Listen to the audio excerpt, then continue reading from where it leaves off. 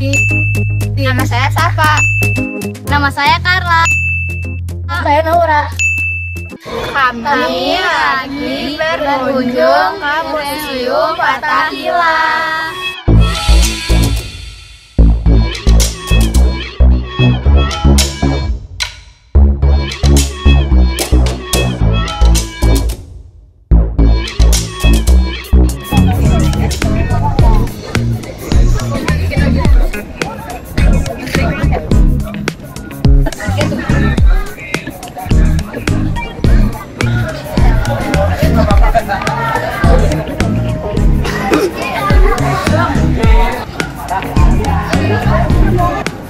Kita beli tiket dulu ya guys.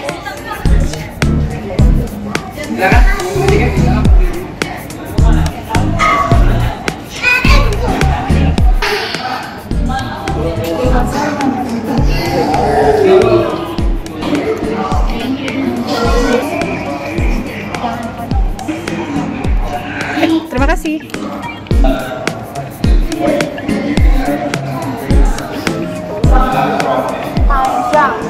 Panjang yang besar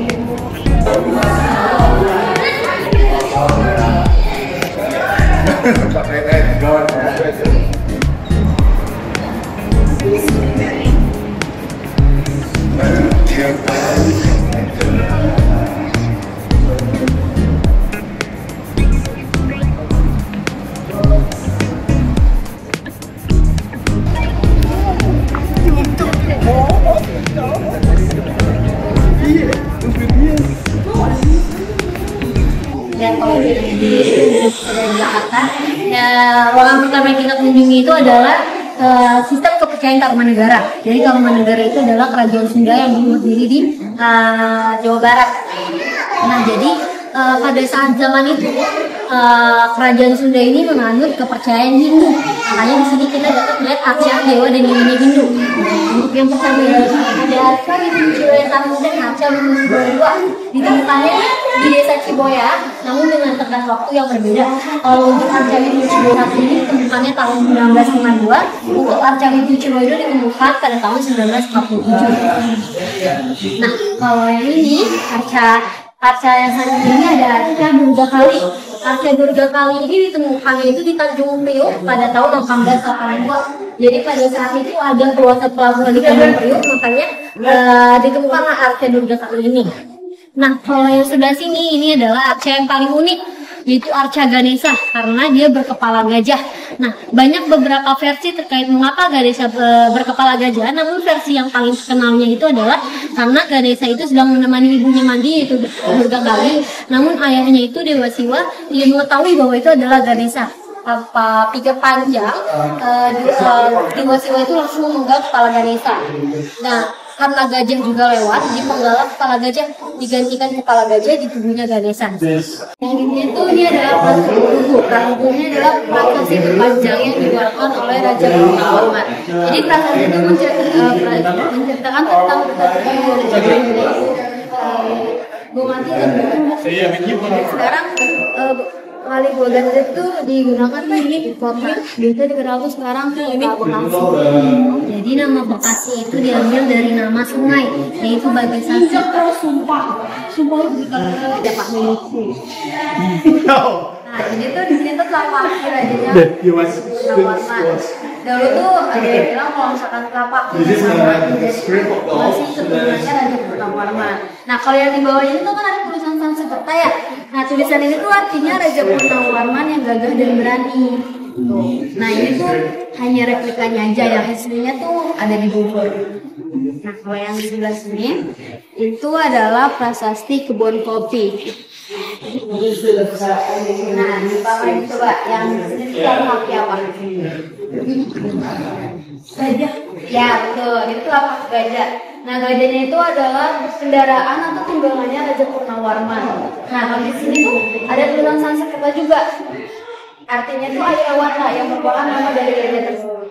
Ini juga replika yang hasilnya masih di ruangan ini itu ada dua jenis batu, yaitu ada beliung dan batu belicung. Nah, batu belicung ini seperti ini. Nah, biasanya batu belicung ini digunakan menjadi kapak.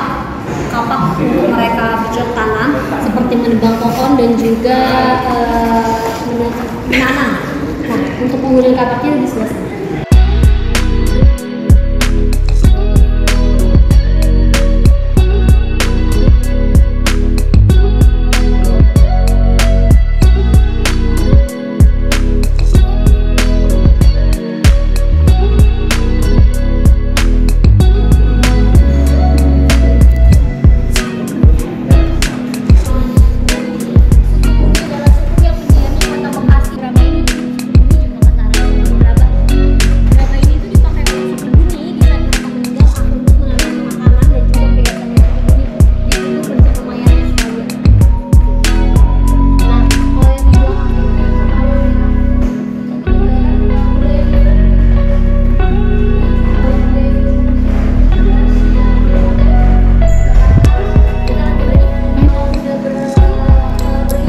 Belanda udah pasti gak asing dengan VOC.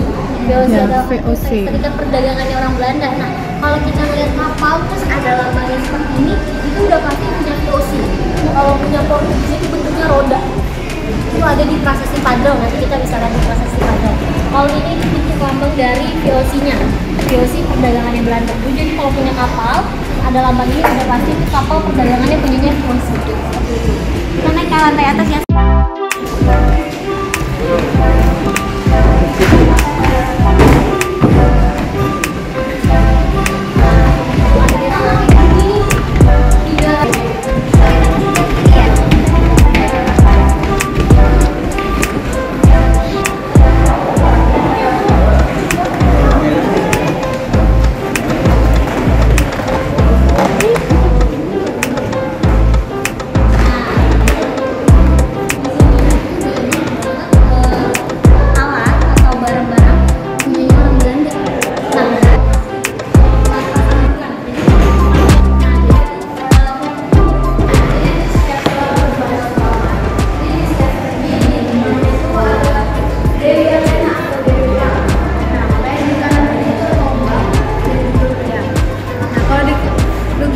Kanan kirinya itu ada tulisan pikiran bunga-bunga, itu ada artinya, yaitu kecintaan dan perdamaian. Nah, kalau lihat di sebelah sini itu ada cermin, jadi ini sebutan dari cermin ini adalah cermin perceraian. Nah, kenapa cermin perceraian?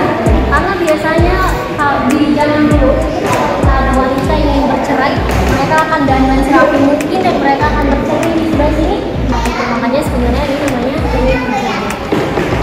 Itu ada perhiasan pengantin Betawi. Jadi perhiasan pengantin Betawi ini tuh gabungan dari beberapa dari kebudayaan, yaitu ada kebudayaan Cina, Arab, dan Betawi. Nah, kalau yang sebelah sini, ini ada alat cetak kue satu. Kenapa disebut kue satu tuh karena emang dicetaknya satu-satu. Kita lanjut ke ruangan kue London. Masih sama kayak ruangan ini, itu masih barang-barang orang Belanda.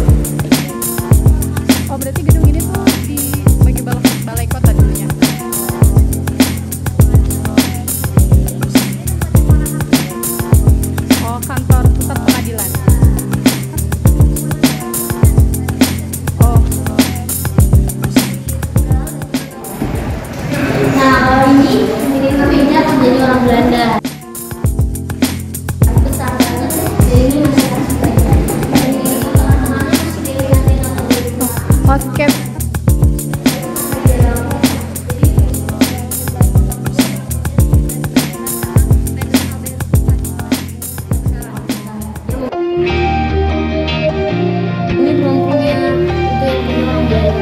Iya.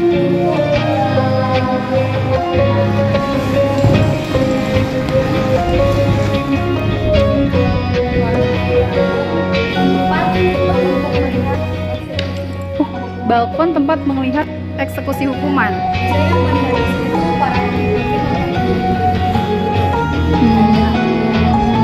Balkon melihat untuk melihat eksekusi hukuman. Ya.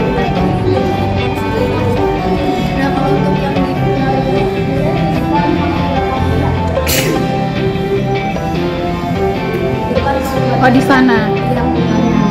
Jadi biasanya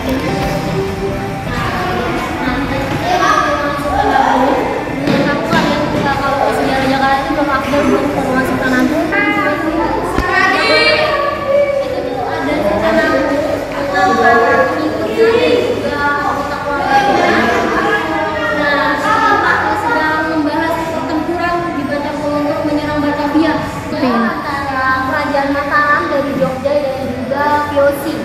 Dari tahun 1648 sampai tahun 1649. Nah, kalian bisa nebak gak? Sebenarnya nih dari pertempuran ini ada siapa yang menang?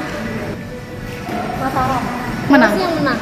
Jadi kurangnya persediaan makanan dari Mataram dan juga persenjataan yang minim itu membuat mereka kalah. Tapi walaupun kerajaan Mataram ini kalah, tapi dia berhasil membakar benteng Batavia. Nah, itu kerajaan Mataram berhasil membakar benteng Batavia. Seperti itu. Nah, kalau di sini, di lukisan ini tuh ada lukisan Keirangga dengan John Peter Kun atau JP Kun. John Peter Kun itu dulu juga gubernurnya VOC, Sultan Agung Hamengkubuwono, untuk memata-matai kelemahan perdagangan di Batavia. Cuman JP Kun ini nggak tahu.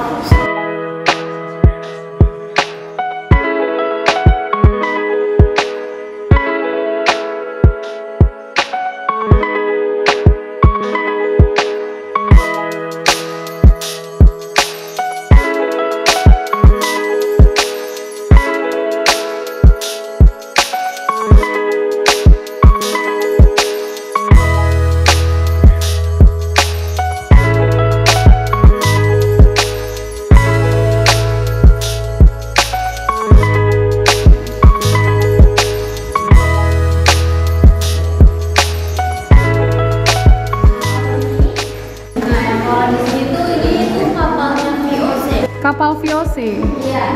Jadi kapal itu membawa gerbangnya Batavia. Tapi di perairan Australia kapal ini tenggelam. Lalu bangkai-bangkai dari kapal VOC itu disimpan di daerah Australia, yaitu di daerah Perth.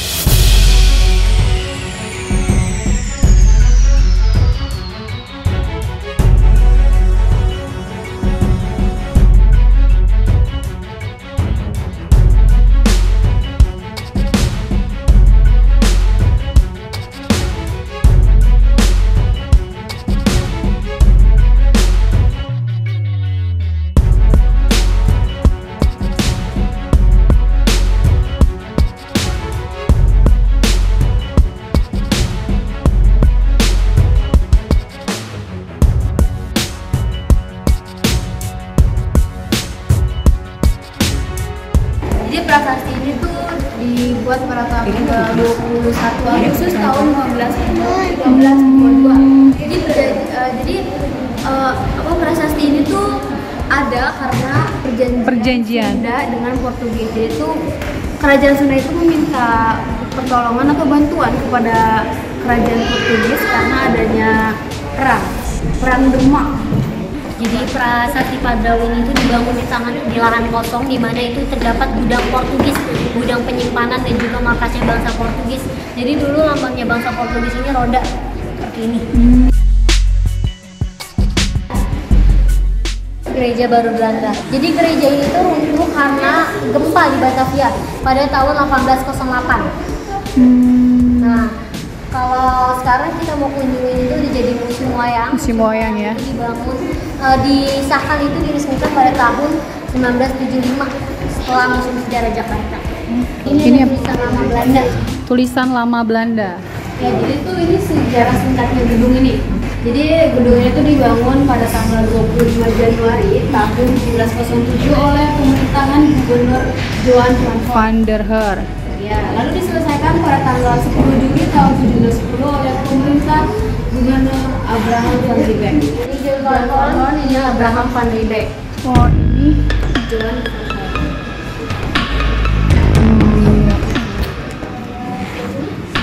Ini adalah penjara bawah tanah.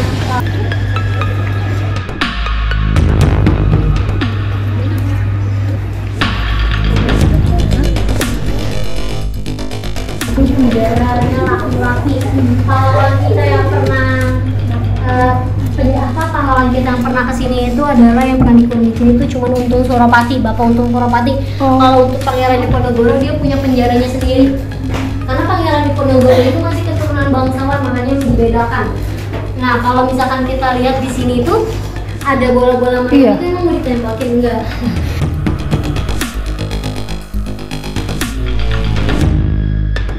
Jadi semakin besar bolanya berarti semakin fatal juga kesalahan yang mereka buat. Jadi ada dua jenis kesalahan, yaitu politik dan juga kriminal. Kalau politik sudah pasti membangkang dengan pemerintahan orang Belanda. Namun kalau kriminal itu seperti mencuri, membunuh, seperti itu.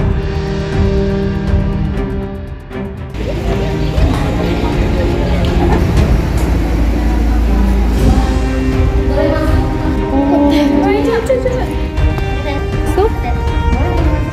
Tapi gelap. 40 sampai 50 orang muat di sini. Jadi untuk panjangnya 9, lebarnya itu 6, tingginya 125. Jadi penjara wanita ini yang pendek.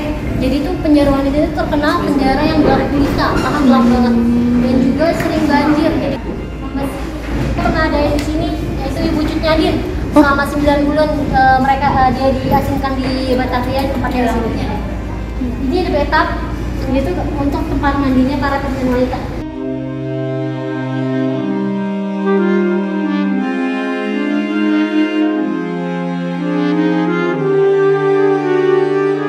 Filmnya Mencuri Raden Saleh. Jadi lukisan ini tuh menceritakan tentang penangkapannya Pangeran Diponegoro. Oh ya, beliau yang putih itu ya. Yang di bawahnya itu pengikut-pengikutnya. Oh, iya. Kalau yang ini ya VOC. Kalian lihat di meja itu kan ada surat ya. Jadi suratnya itu untuk diberikan kepada anak yang dibunuh. Tapi surat itu tuh nggak nyampe. Karena itu tulisannya kurang jelas, mungkin yang jelasnya itu ada di sini.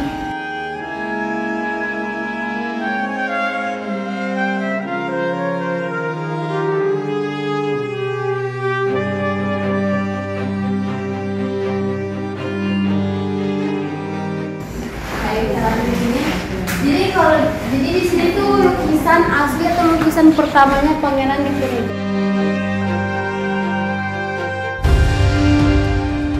Jadi lukisan itu dilukis oleh Adrianus Johannes, penjaganya Pangeran Diponegoro.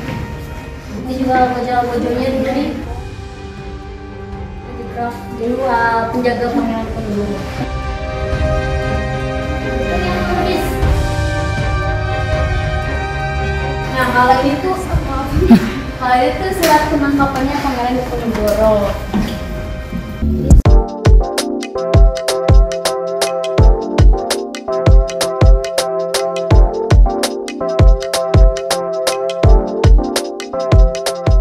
Nah, jadi ini tuh batik company.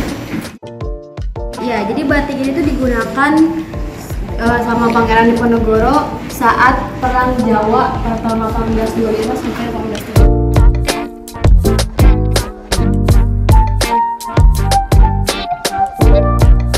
Kalau ini lukisan yang dibikin oleh Pangeran Diponegoro selama pengasingan di Batavia. Oh. Ya, replika karena Pangeran Diponegoro punya museum sendiri di bawah. Jadi ini peta pengasingannya Pangeran Diponegoro. Peta pengasingan. Ya, dari 1830 nih sampai dari tanggal 28 sampai tanggal 3 di Batavia. Dia 26 hari di Batavia diasingkan, lalu diasingkan kembali langsung beda pulau ke Manado. 3 tahun di Manado, diasingkan kembali di Makassar sampai beliau wafat di 1855.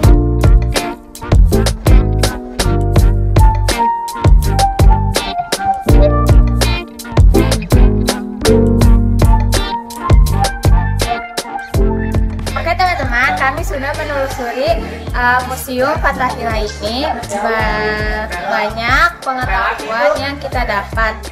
Kalian juga bisa kesini kapan aja. Dan udah sampai sini aja. Sudah sampai sini aja. Wassalamualaikum warahmatullahi wabarakatuh.